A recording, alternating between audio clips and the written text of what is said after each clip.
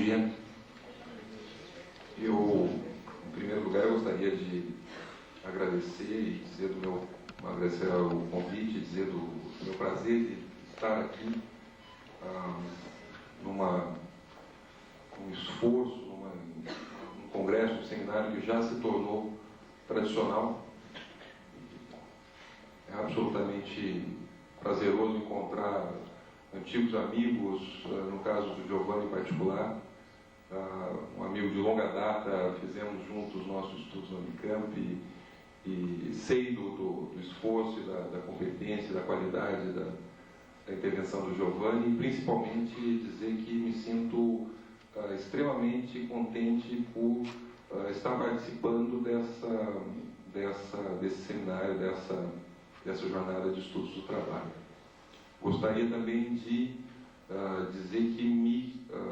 solidarizo agudamente, vivamente com a greve dos servidores e dos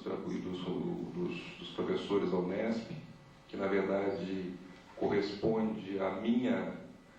também à minha realidade, quer dizer, é uma greve das estaduais paulistas que está se configurando. Não sabemos qual será o futuro da greve, mas muitas das dificuldades do seminário, inclusive, estão relacionadas à greve. Mas eu gostaria de me solidarizar com os trabalhadores e os professores da Unesp. E gostaria de dizer também, enfim, que a minha fala, entrando aí mais na questão da exposição, a minha fala eu procurei organizá-la em duas partes. Uma primeira parte mais de caráter teórico e uma segunda parte mais de caráter, enfim, empírico, traduzindo um pouco algumas das minhas experiências de pesquisa, porque eu acredito que um bom diálogo entre teoria e os estudos empíricos é fundamental para que a gente possa dar sequência aí às nossas preocupações, às nossas angústias, né, a respeito das metamorfoses contemporâneas do trabalho, principalmente se a gente for refletir sobre uma realidade do trabalho realizada num país de capitalismo independente, periférico como é o nosso, onde muitos dos novos movimentos, das novas metamorfoses, das novas reestruturações do trabalho assumem um caráter absolutamente radical e perverso. Então eu vou tentar, na verdade, na medida do possível, quer dizer, organizar um pouco a questão da exposição teórica, tentando dialogar com algumas dessas experiências que eu pude acumular aí ao longo do último ano. E começaria dizendo o seguinte, quer dizer, se você pensa, né, na segunda metade da década de 90, e em grande medida a questão da reestruturação produtiva e do trabalho no mundo de hoje, absolutamente herdeiro e devedor e produto, né, do conjunto de transformações organizacionais e tecnológicas que se desenvolvem, né, ao longo da década de 90 e que se acelera a partir da segunda metade da década de 90 com a constituição daquilo que a gente, enfim, ouve falar bastante e que efetivamente ocorreu, né, do ponto de vista, quer seja das empresas, mas também do ponto de vista da política de Estado, muito balizada pela literatura da OCDE, a respeito daquilo que se convencionou chamar de nova economia global, informacional, motivada, desenvolvida pela questão da chamada revolução informacional em curso. O principal polo irradiador tanto da revolução informacional quanto da própria reestruturação produtiva, né, ao longo aí desse período mais recente, né, sem dúvida nenhuma foi o comportamento, enfim, o conjunto das relações, né, que se localizam no espaço do norte-americano, estadunidense, nos Estados Unidos da América do Norte. Comportamento econômico, do ponto de vista macro, né? Comportamento econômico centrado numa relativa mais segura, certa retomada de investimentos, ao mesmo tempo acompanhado por ganhos de produtividade e também por baixos índices, baixas taxas de inflação. Esse arranjo, essa, abre aspas, retomada do investimento e, ao mesmo tempo, esse comportamento da economia norte-americana, que vai de 95 até por volta de abril de 2000, com a quebra da Bolsa da Nasdaq, enfim, com a desvalorização de capitais advindos daí, esse comportamento acabou motivando uma série de reflexões, uma série de, enfim, contribuições para o debate, teorias, né, que produziram, do ponto de vista da reflexão a respeito desse processo, um conjunto de teorias que produziram alguns consensos sobre o que estaria por detrás deste processo de crescimento com baixa inflação, uma retomada do investimento, que teve como eixo os Estados Unidos, mas que, na verdade, acabou se transformando rapidamente no grande modelo de crescimento e desenvolvimento, enfim, e de recomposição da taxa de acumulação para outros países, em particular para a Europa Ocidental. Muitas dessas contribuições teóricas, né, e algumas enfim, dos ensaios e dos consensos, efetivamente, que foram formados ao longo desse período, tem a ver basicamente com a questão do surgimento, do ressurgimento daquilo que a gente poderia genericamente chamar de economia da inovação contínua, resgatando inclusive uma tese que foi que teve um êxito bastante significativo na década de 70, né, início da década de 70, que foi o livro do Daniel Bell, O Advento da Sociedade Pós-Industrial, e que revivifica exatamente diagnósticos sobre a transição de um capitalismo centrado na indústria para um capitalismo pós-industrial centrado no setor de produção de conhecimentos e no setor, do ponto de vista da estrutura ocupacional do mercado de trabalho, da oferta ampliada de trabalho, de postos no setor de serviços. Né? No bojo dessa revivificação, que não é apenas da tese do Daniel Bell, mas que existe toda uma literatura anterior, que vem desde o trabalho pioneiro de um francês chamado Jean Foucault, que já no início da década de 50 afirmava, enfim, que o futuro do capitalismo seria marcado pela civilização terciária, ou seja, pelas relações no setor terciário que passariam a dirigir tanto em termos de peso econômico quanto em termos de qualidade, efetivamente, das relações econômicas, passariam a dirigir o capitalismo. A partir de então, essa tese teve uma sequência na década de 60 com trabalhos clássicos, enfim, Alan Turing, o próprio Papa dos estudos de administração de empresas. Não me ocorre o nome dele agora, me fugiu. Não me ocorre agora.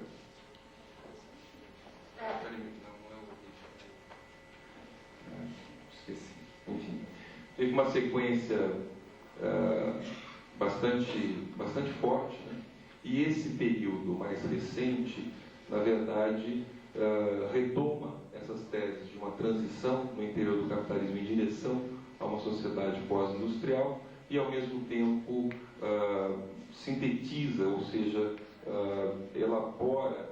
uma nova configuração e se fortalece com trabalhos oriundos da chamada Escola Francesa da Regulação ou, enfim, das abordagens em termos de regulação, onde esse diagnóstico, o diagnóstico de uma transição no interior do capitalismo em direção ao setor de serviços, ele é revivificado pela convergência de trabalhos, enfim, tanto de sociólogos influenciados pelas abordagens, pelos estudos regulacionistas, como é o caso do Manuel Castells, quanto também por uma nova, enfim, sociologia do trabalho, designada sociologia do trabalho material, tendo o próprio Tony Negri como polo irradiador e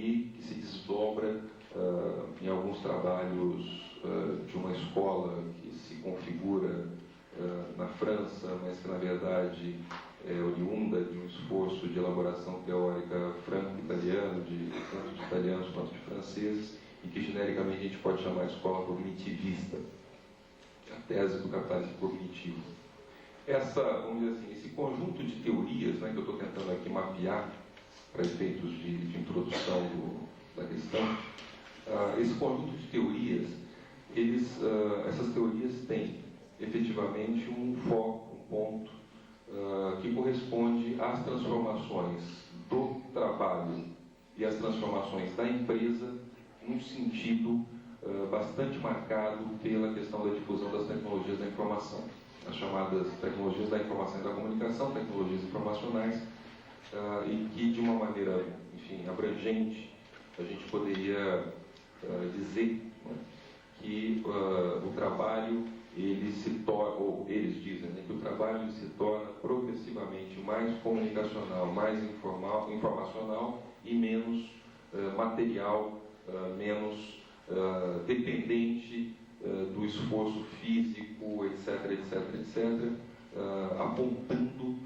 para aquilo que a gente poderia, enfim, chamar de hegemonia do trabalho imaterial. Quais seriam as características, né, desse trabalho? Quais são efetivamente as representações que foram erguidas e que foram sendo construídas, né, em torno da questão do trabalho, em torno da questão da reestruturação das empresas, e que para esse conjunto de teorias se colocaria, se transformaria, se traduziria como correspondendo à nova realidade do trabalho contemporâneo. Em primeiro lugar, uma marca bastante flagrante desse tipo de estudo, né, desse conjunto de estudos a respeito das transformações do trabalho, tem a ver exatamente com a questão do crescimento e do crescimento da qualidade, enfim, do protagonismo da qualidade do trabalho e, ao mesmo tempo, um desenvolvimento das suas qualificações, ou seja, um enriquecimento do seu conteúdo. O trabalho contemporâneo, ele seria cada vez mais qualificado, e pelo fato de ser cada vez mais qualificado, ele, enfim, conteria uma carga de sentidos mais efetiva, né? Um trabalho executado de maneira mais enriquecedora para quem trabalha. Uma segunda forma, né, de captar essa tendência tem a ver fundamentalmente com a ideia de que o trabalho ele se torna mais cooperativo, ou seja, a própria recomposição da base técnica do capital, com a difusão das tecnologias informacionais, com a própria revolução informacional, com a própria, enfim, reconfiguração dos espaços, né, e com a transição da fábrica em direção aos escritórios, esse trabalho ele se tornaria mais cooperativo e executado, realizado, o ato laborativo seria realizado na forma da rede. A rede, ou a lógica das redes, se traduziria como uma lógica predominante e que efetivamente estruturaria o trabalho no âmbito desse processo de reestruturação, de reconfiguração das relações de trabalho. Uma terceira dimensão bastante marcante desse conjunto de representações tem a ver também com o fato de que, vamos dizer assim, a dimensão criativa do trabalho, centrada nesse enriquecimento do conteúdo do trabalho, ela passaria a se transformar também em algo bastante flagrante. Ou seja, eles têm na cabeça uma ideia de que a dimensão, na medida em que o trabalho se torna cada vez mais imaterial, subjetivo e intelectual, a dimensão criativa do trabalho se traduziria em fonte de valorização do capital das empresas. Traduzindo um pouco em miúdos isso, quer dizer, na verdade nós estaríamos transitando de uma dimensão anterior onde o esforço físico seria fonte de valor para uma dimensão, para uma situação atual onde a criatividade, o intelecto, a inteligência humana seriam efetivamente a fonte última dos processos, e uma criatividade, uma inteligência, um conteúdo intelectual humano centrado, organizado em torno da figura das redes, acabaria se traduzindo numa dimensão, enfim, uma fonte última de valorização das empresas. As próprias empresas estariam se esforçando agudamente, fortemente, no sentido de reter os seus ativos intelectuais, o seu capital humano, para que efetivamente pudesse se manter no jogo das relações de mercado. Esse conjunto de representações que se desdobra, na verdade, sobre uma base, que é a base da revolução informacional, transformando fundamentalmente o espaço do trabalho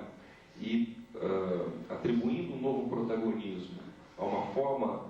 organizacional centrada nas redes, quer seja a empresa reticular, ou seja, a empresa em rede, quer seja o trabalho reticular, ou seja, o trabalho em rede, quer dizer, todo esse conjunto de elaborações, ele, na verdade, do ponto de vista da análise e do ponto de vista do método, ele, enfim,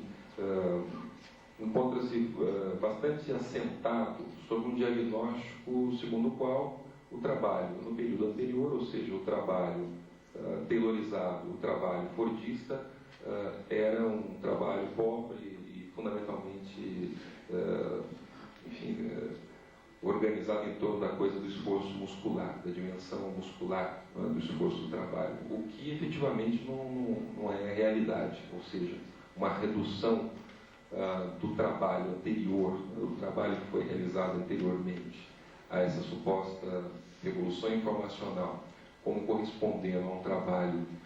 onde as empresas única e exclusivamente exploravam, né,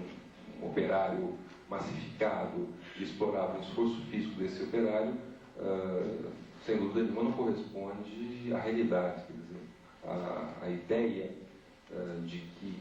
o trabalho no capitalismo implica única e exclusivamente um esforço físico é uma ideia absolutamente falsa do ponto de vista do método, da análise, e para aqueles que se interessam, eu gostaria inclusive de sugerir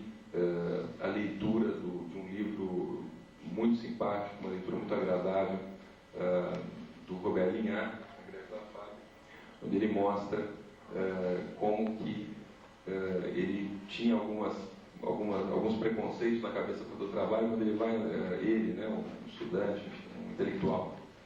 vai trabalhar numa empresa altamente taylorizada, altamente fordizada, enfim, uma empresa fordista, e ele percebe como é incompetente e como o trabalho era absolutamente complexo, mesmo sujeito às normas, mesmo sujeito, enfim, ao conjunto da estrutura taylorista, né, de organização científica do trabalho. De qualquer maneira, essas representações são bastante fortes, né? São fortes a ponto de essas representações teóricas,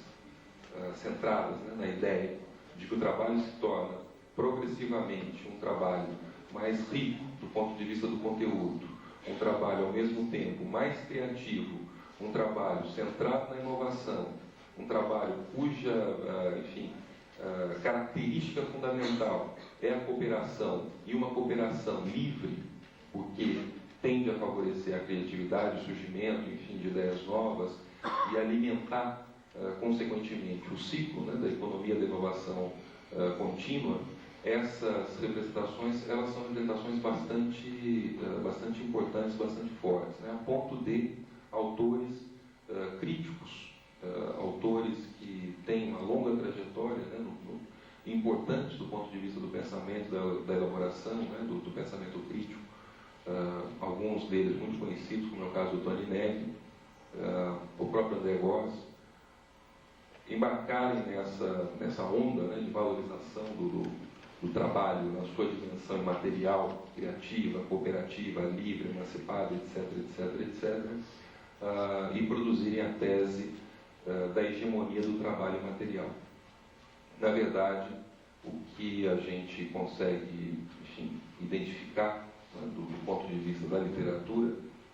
é exatamente uma forte ideologização das metamorfoses que acontecem contemporaneamente do ponto de vista da organização e da estrutura do trabalho hoje. Não é? É um tipo de elaboração teórica que coloca, né, no centro alguns aspectos que seriam, alguns aspectos do ponto de vista, né, da organização do trabalho, do conteúdo do trabalho, estariam localizados em setores que são setores bastante minoritários, né, do ponto de vista das classes trabalhadoras, e que tornam ou atribuem a esses setores um caráter protagonista e um modelo a ser efetivamente generalizado. Eu, enfim, penso, particularmente, né, quando você reflete um pouco sobre essa questão, penso um pouco no trabalho altamente intelectualizado de segmentos, quadros, enfim, engenheiros, técnicos com uma formação mais complexa, etc, etc, etc. O pessoal que trabalha, enfim, no processo, né, de produção de sistemas de informação, esse tipo de segmento, né, de quadros e trabalhadores do conhecimento, efetivamente ainda conseguem, com graus limitados, conseguem atribuir uma dimensão, conseguem reter e atribuir um sentido ao seu trabalho que valoriza alguns desses aspectos, né? Entretanto, se você coloca a ênfase explicativa apenas nessa dimensão, ou seja, nos quadros mais qualificados, você desconsidera o essencial, efetivamente, daquilo que corresponde a esse processo de reestruturação do trabalho e da emergência que é verdadeira, enfim, é presente, é flagrante, dessa forma chamada trabalho reticular e da própria empresa reticular. O Castells, no livro A Sociedade em Rede, né, o Manuel Castells, um sociólogo bastante conhecido, inclusive está aqui no Brasil para o lançamento do Instituto do Fernando Henrique, né, lá em São Paulo, está aqui no Brasil para o lançamento do Instituto do Fernando Henrique. O Manuel Castells, ele, enfim, além de atribuir um forte sentido, uma forte positividade a essa reestruturação, a revolução informacional, a reestruturação da empresa em direção à empresa reticular, ele tem na cabeça dele um modelo de empresa predominante e consequentemente, de trabalho predominante, que é o modelo da Cisco Systems, né? Representa exatamente isso que eu estou colocando um pouco aqui, quer dizer, o trabalho dos técnicos, né, o trabalho mais qualificado. E o modelo da Cisco Systems, que é uma empresa norte-americana que produz roteadores, computadores, etc., etc., é uma empresa que se organiza na rede, né? Então, enfim, todo o conjunto de relações, né, comerciais, enfim, empresariais, etc., etc., encontra-se centrado fundamentalmente nas redes, né, na internet, né? Então, eles compram, vendem, são empresas, enfim, é uma empresa que terceiriza o conjunto das suas atividades, enfim, e se concentra efetivamente nesse trabalho criativo. Entretanto, esse modelo é um modelo muito pouco razoável, na verdade, que esse modelo seja efetivamente um modelo de empresa reticular. O que a gente tem percebido, na verdade, é que existe uma empresa reticular, produto, efetivamente, dessa onda de subcontratação, que são redes de subcontratação, mas com um núcleo, com um eixo que seria efetivamente representado pela empresa contratante e que dirige o conjunto das relações contratuais, comerciais e, ao mesmo tempo, empresariais, e que impõe normas, protocolos, enfim, de procedimentos para as empresas subcontratadas num sentido bastante rígido e bastante centrado na questão da disciplina do controle das empresas subcontratadas. Mas, de qualquer maneira, essa ideia, enfim, da empresa reticular como correspondendo ao futuro das organizações é uma ideia bastante forte. E, ao mesmo tempo, essas transformações contemporâneas do trabalho e esse conjunto de ideologizações que foram sendo constituídas produziram também efeitos teóricos bastante interessantes, como é o caso, como eu coloquei, né, do próprio Torinelli com a sua sociologia do trabalho material, mas também a escola cognitivista que deriva, enfim, dos trabalhos, inspirada pelos trabalhos do Neg, e que estabeleceu um diálogo com um antigo intelectual de esquerda, um socialista libertário chamado André Goz, eu acho que é um intelectual conhecido de vocês, enfim, conhecido de alguns. O André Goz chega ao ponto de dizer que a própria alienação do trabalho seria, enfim, estaria sendo eliminada pelo fato de que o computador e a organização em rede conseguem efetivamente produzir uma identidade, e o desenvolvimento, né, das ideologias do empreendedorismo, né, no interior das empresas, conseguem produzir uma identidade entre o capital fixo, no caso o computador, e o capital variável, no caso a força de trabalho. Essa identidade representada pela figura do self-empreendedor e a possibilidade dos trabalhadores autônomos, enfim, o trabalho autônomo, né, ser realizado fora dos ambientes de trabalho, ao mesmo tempo a possibilidade de você ter o acesso e poder ser o proprietário do computador, pelo fato dos custos decrescerem, né, acabaria produzindo, tendo por efeito o fim da própria alienação do trabalho. Quer dizer, esse conjunto de representações centradas na questão da criatividade, da inovação, da emancipação, da cooperação livre, etc., não é aquilo que você efetivamente verifica quando, enfim, estuda a realidade desses trabalhadores informacionais, desses trabalhadores da área da comunicação. O que você percebe, na verdade, é uma lógica, uma dimensão fortemente marcada por uma inovação, mas ao mesmo tempo por uma conservação. Eu tenho feito uma lógica, né, de inovação e de conservação. Eu tenho realizado alguns estudos, quer dizer, me sinto muito satisfeito de estar aqui também nessa mesa pelo fato de estar acompanhado tanto pela Nádia quanto pela Liliana. A Liliana é uma das pesquisadoras pioneiras dessa área, que eu vou, enfim, adiantar aqui para vocês. Eu tenho feito alguns estudos sobre essa dimensão, enfim, esse setor, esse segmento, né, dos trabalhadores cognitivos, enfim, dos trabalhadores da área de comunicação e de informação. No caso, eu tenho me preocupado mais com os teleoperadores, que são aqueles, enfim, trabalhadores terceirizados, geralmente oriundos, né, do universo financeiro, enfim, do setor bancário, etc., e que nos últimos anos, no Brasil em particular, tem crescido bastante com o desenvolvimento dos chamados centros de chamada. É claro que não está limitado a coisas dos bancos, né? Existem também as operações tanto de internet, quanto um conjunto, né, de operações, por exemplo, administração de frotas, etc. E a realidade desse trabalhador, que deveria ser supostamente, né, uma realidade criativa, livre, emancipada, cooperativa, etc., não se verifica. Quer dizer, o trabalho do teleoperador, nesse sentido, ilustra com muita clareza isso. Em geral, é um trabalho cuja marca, enfim, olhando um pouco para a situação, colhendo os dados, né, colhendo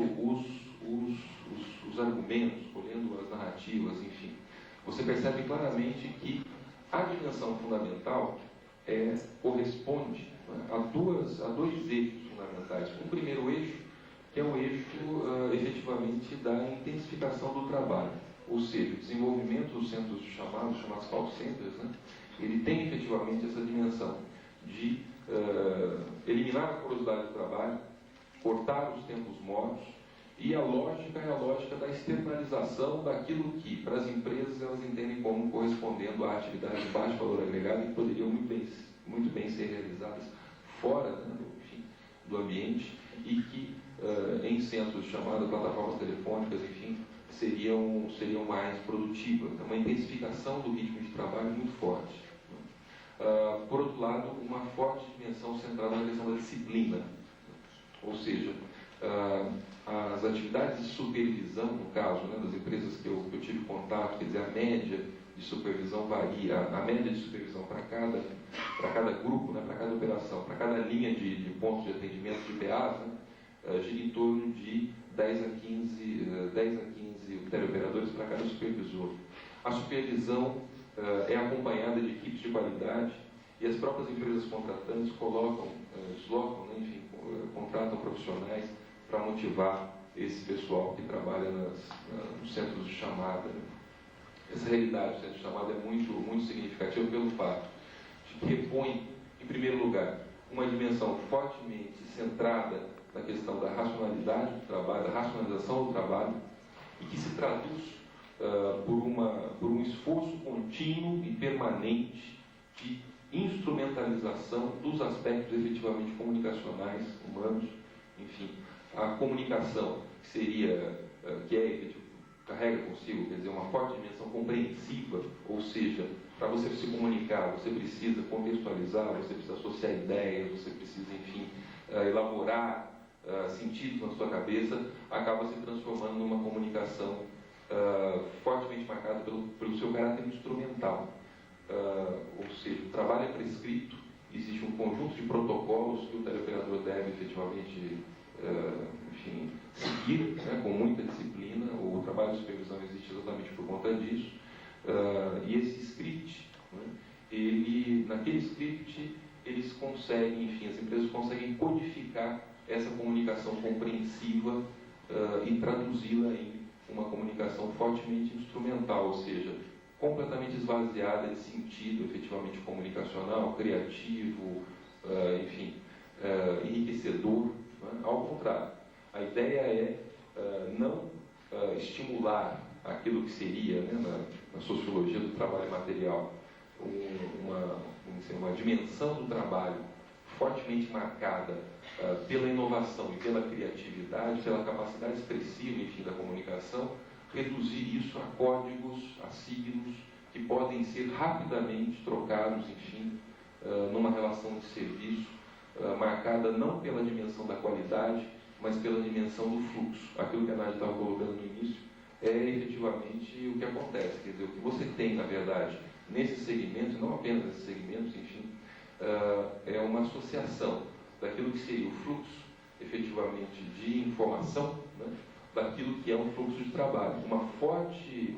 articulação de um fluxo informacional extremamente, enfim, extremamente intenso, né, e esse fluxo informacional intenso, ele é programado pelas empresas, ou seja, as empresas sempre colocam operadores em nível, numa quantidade inferior àquilo que seria efetivamente a demanda. Então os teleoperadores têm sempre uma lista de espera grande, e eles precisam, e a própria pressão, né, do fluxo de espera faz com que efetivamente eles sejam constrangidos, né, a atender rapidamente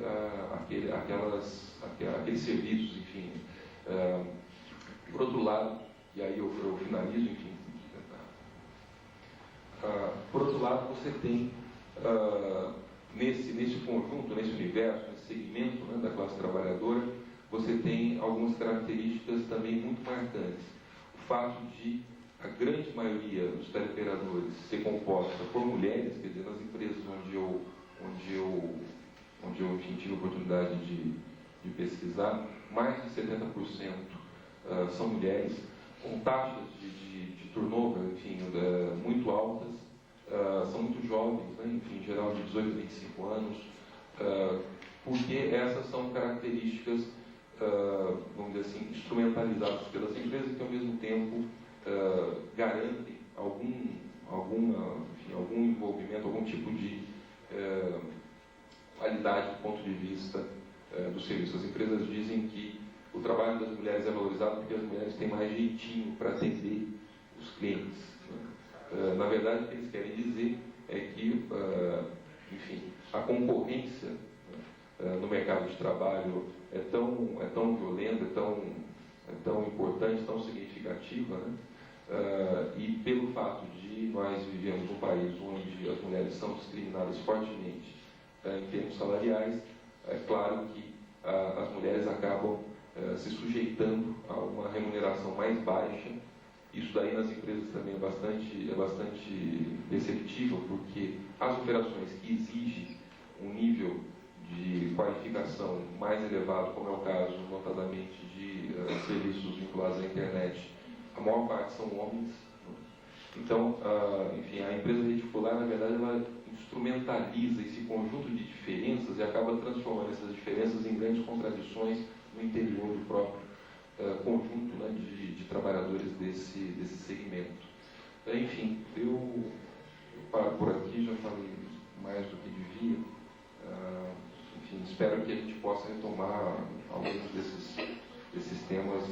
mais para frente na hora do debate. Obrigado.